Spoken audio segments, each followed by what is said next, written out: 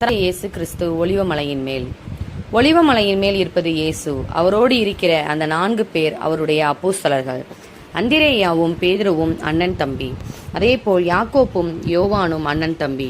அங்கே தூரத்தில் நீ பார்ப்பது எருசலேமில் இருக்கிற தேவனுடைய ஆலயம். எருசலேமுக்கு கழுதை குட்டியின் மேல் இயேசு சவாரி செய்து வந்து 2 நாட்கள் ஆகிவிட்டன. காலை நேரத்தில் இயேசு ஆலயத்தில் இருந்தார். அங்கே ஆசாரியர்கள் இயேசுவை பிடித்து அவரை கொல்ல முயன்றார்கள். ஆனால் இயேசுவை ஜனங்கள் விரும்புவதால் அப்படி செய்ய அவர்கள் பயந்தார்கள். இயேசு அந்த வேதபாரகர்களை பார்த்து, பாம்புகளே, விரியன் பாம்பு குட்டிகளே என்று அழைத்தார்.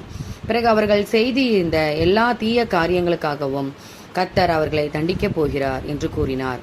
அதன் பின் ஒலிவ மலைக்கு வந்தார். அப்பொழுது இந்த 4 அப்போஸ்தலர்களும் அவரிடம் பல கேள்விகளை கேட்கத் தொடங்கினார்கள்.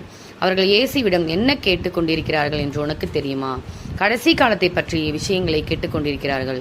பூமியில் உள்ள எல்லா தாய காரியங்களுக்கும் இயேசு முடிவு கட்டப் போகிறார் என்று அவர்கள் அறிந்திருந்தார்கள்.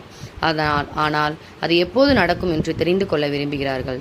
ராஜாவாக ஆட்சி செய்ய இயேசு எப்போது திரும்ப வருவார்? தாம் பரலோகத்தில் ராஜாவாக இயேசு திரும்ப வரும்பொழுது பூமியில் நடக்கும் சில காரியங்களை பற்றி அப்போஸ்தலர்களிடம் சொல்கிறார். அந்த காரியங்களில் சில யாவை?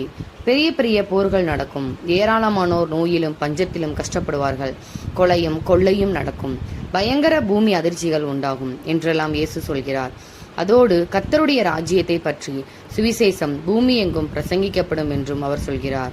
இவையெல்லாம் நம்முடைய காலத்தில் நடப்பதை நாம் பார்க்கிறோமா? ஆம், பார்க்கிறோம். ஆனால் இயேசு சீக்கிரத்தில் வரப்போகிறார் என்று நாம் நிச்சயமாய் இருக்கலாம். சீக்கிரத்தில் பூமியில் உள்ள எல்லா தீமைகளும் அவர் முடிவு கட்டப் போகிறார். எனவே நாமும் ஆயத்தப்பட்டு மற்றவர்களையும் ஆயத்தப்படுத்துவோம். ஆமாயின்.